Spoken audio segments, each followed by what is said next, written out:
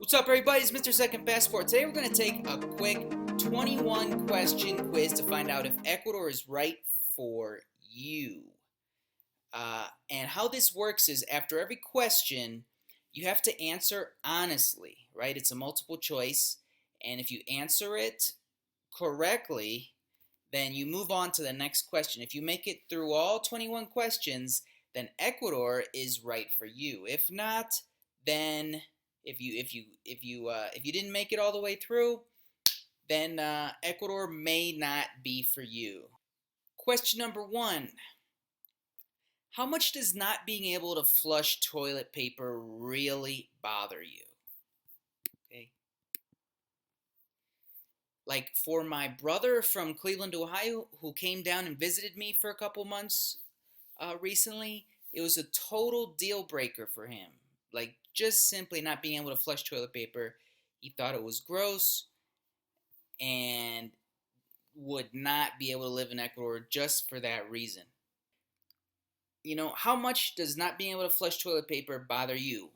Option A, it's a total deal breaker. Just like for my brother. It's gross, probably smells like shit. You would think it does, but really, I haven't noticed. Option B, whatever, it's kind of weird. It's not a huge deal for me, really.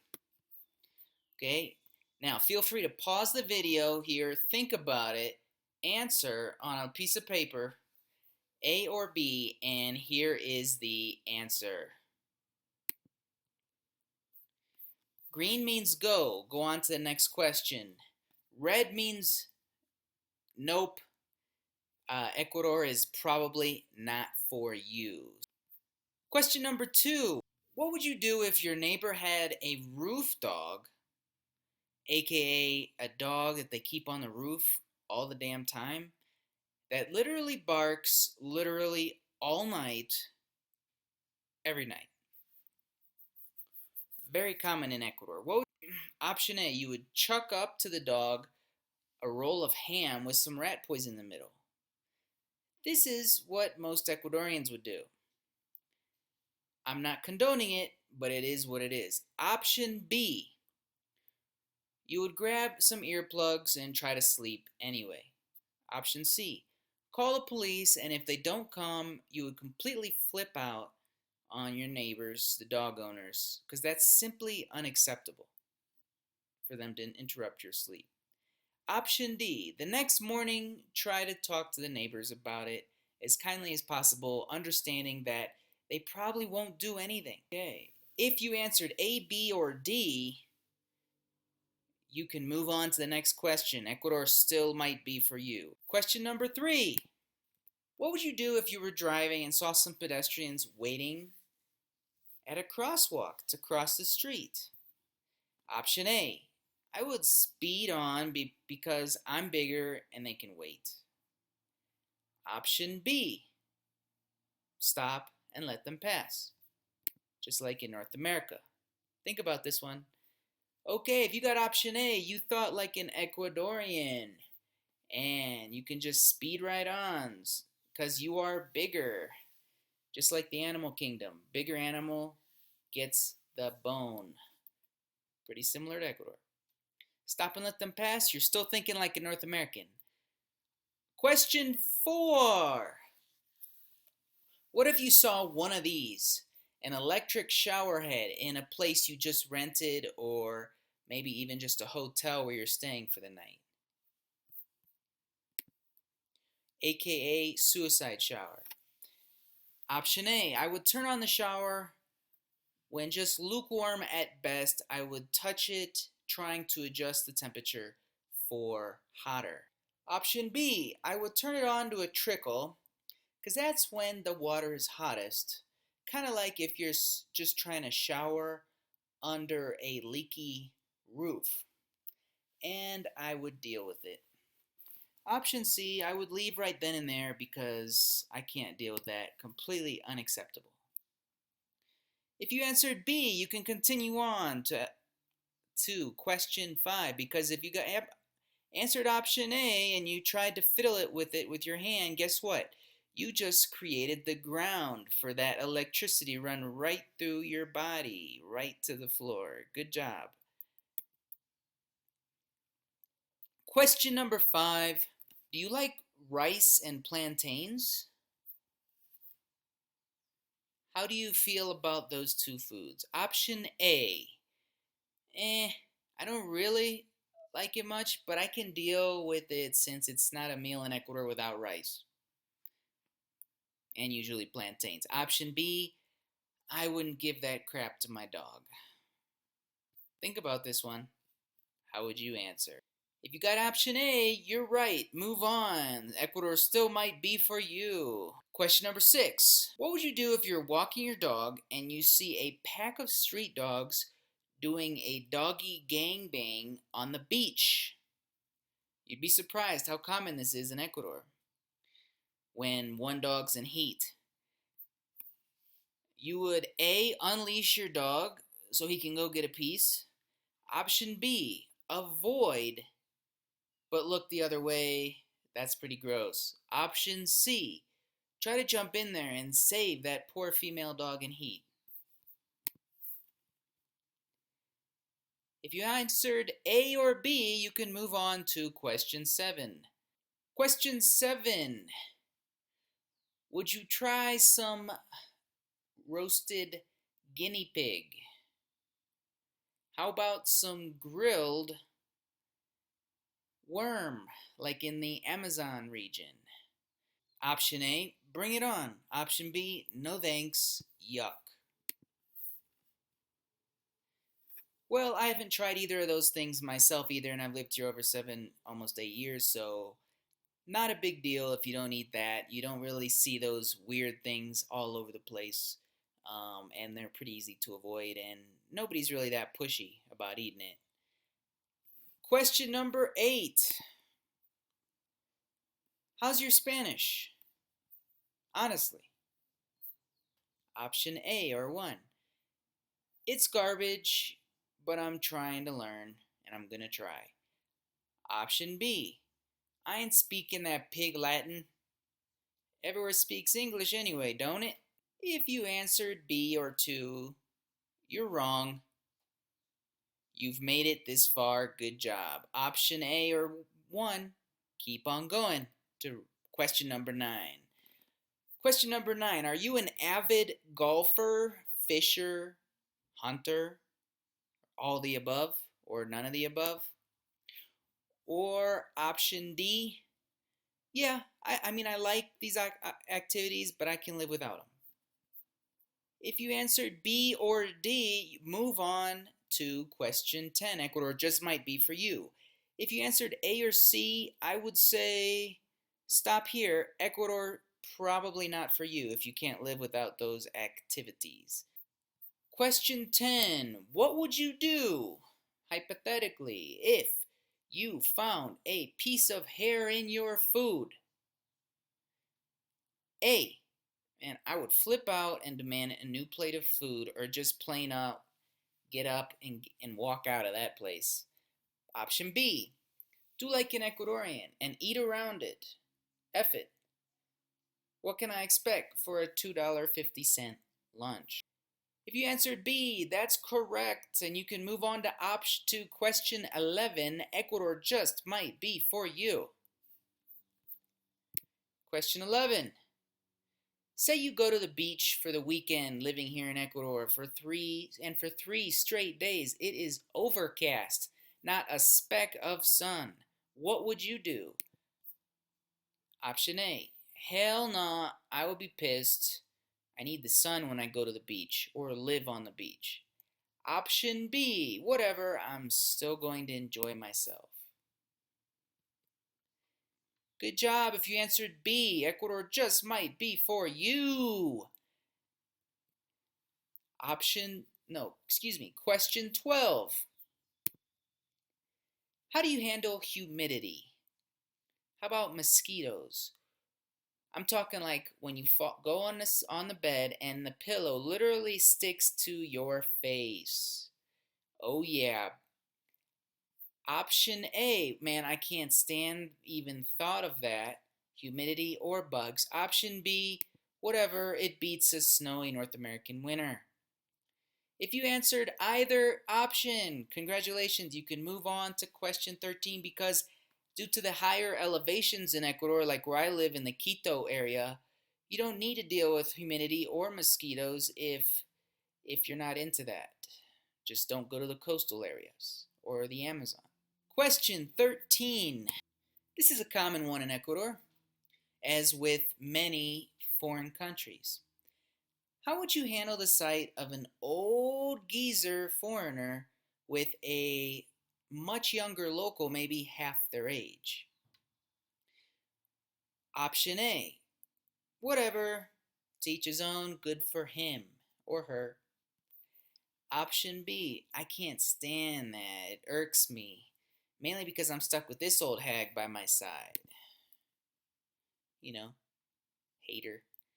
If you answered option A, congratulations, you can move on to question 14, which is, how do you deal with uneven sidewalks? How about open, uncovered potholes full of twisted rebar inside? And definitely no ramps and wheelchair access on the sidewalks. Option A, I can't deal because I have special needs like a walker, wheelchair. Option B, it's okay, I'll just keep my head more on a swivel. If you answered B, congratulations, Ecuador still might be for you. Go on to question 15. What would you do? These are real life Ecuador stories that have happened to me in my 7+ years in Ecuador. But I'm not saying that they're common, okay? Not common, but I've seen it happen.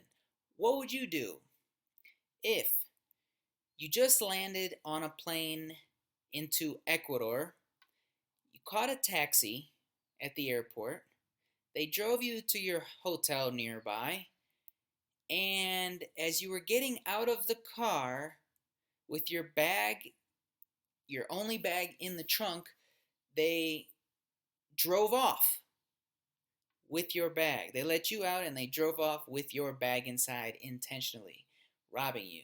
Seen it happen. Sucks. Option A, I would freak and go back to the airport, screw this place, and I'd catch the next flight back home. Option B, whatever, I would be mad, but it's only stuff. I've seen it happen, and the person I saw it happen to chose option B. And as if you chose option B, congratulations, you can go ahead and move on to question 16. This happened to me personally. You know, what happens if you're in a bus? What would you do if you're in a bus and a $20 bill falls out of your pocket? You can kind of see it fall out through the corner of your eye. You reach down to pick it up, but someone behind you has already snatched it off the ground, and you're not sure who it was. Option A, that's effed up, but whatever. Maybe they needed it more than I did. Option B, oh, I'm pissed. I'm going to start telling some people off. I'm going to start throwing some bows. If you chose option A, Ecuador still might be for you. That's what I did as well. Not saying I'm proud of it, but what can you do? Question 17.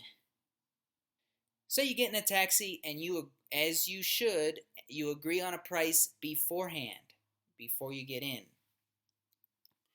right? And you proceed to get lost a little bit, and he drives around a little longer than was expected, and he then asks you at your destination for a much higher price than you originally agreed on before you got in. What would you do? Option A, the heck with that, I'm paying you, you sumama, what we agreed on, period. Here's the money, slam the door, see you later. Option B, it's okay, I'll pay what you ask, it's no big deal, even though we agreed on something else. Option A is the correct answer. If you answered option B, you're probably going to get took a lot in Ecuador, and it might not be for you, right? You got to show your teeth occasionally in Ecuador, unfortunately, and to deal with these guys. And make sure you have correct exact change when you get in these taxis, or they still might get you. Question 18. You've made it this far. Good job. Ecuador may be for you. Okay, what would you do if you arranged to get some screens put on your windows in a rental property you just rented, and the guy's a complete no-show? You canceled everything just to be home for this guy. He didn't call, didn't let you know he was not coming, and just simply did not show up after he explicitly told you he was coming. What would you do? Option A, I'd call the same person back and try to reschedule at their earliest convenience. Option B, the heck with them, I'm going to find someone new. Option C, this really bothers me, just the thought of this, and I'm not even going to be able to enjoy the rest of my day now because this happened. Think about this. How would you reply? If you answered C, Ecuador may not be for you because this is a common one, unfortunately. Question 19. The internet goes out, and it's been out for 4 or 5 hours, and it's still not back. You tried calling your provider, no answer. Go figure. What would you do? How would you reply? Option A, man, I would flip out because I absolutely need the internet, and I would melt away like the witch in The Wizard of Oz if I go without internet for 5 or 6 hours. Option B, I'd grab a book or maybe do some gardening outside or something just to pass the time, and hopefully the internet will come back. Congratulations, if you answered B, you're almost Ecuador material. Try question 20. Okay, what would you do if you were waiting for a bus and you were getting on and the stupid thing doesn't even come to a complete stop and it expects you to get on? This is another common one. Option A, I would time it up and fling myself head first and just hope. Option B, there's no way, can't do it, I'll wait for the next one, or just screw it altogether. Buses in Ecuador. If you answered both options, it's okay. You can still make it in Ecuador. Buses are aplenty. Just wait for the next one. Or catch a taxi or Ubers now in the big cities of Ecuador, even cheaper. And there's other even cheaper ways to get around Ecuador. Try my video that I'll link to in the description. The cheapest way locals use to get around Ecuador now in 2021. The last question. Congratulations, you are just about Ecuador material. What would you do if you saw someone peeing in the street right next to the entrance of your condo? Option A, that's gross. I definitely cannot deal with that. Option B, oh, hey, good idea. If I need to go, maybe I'll take a leak right there next time next to him. Congratulations! If you answered B, Ecuador just might be for you. And if you didn't quite make it this far, that's okay. Ecuador still might be for you, but maybe not. Something to keep in mind. I'm Mr. Second Passport. Don't forget to subscribe below if you like this and click the like button. It really helps the channel. And take care. I'll see you next time.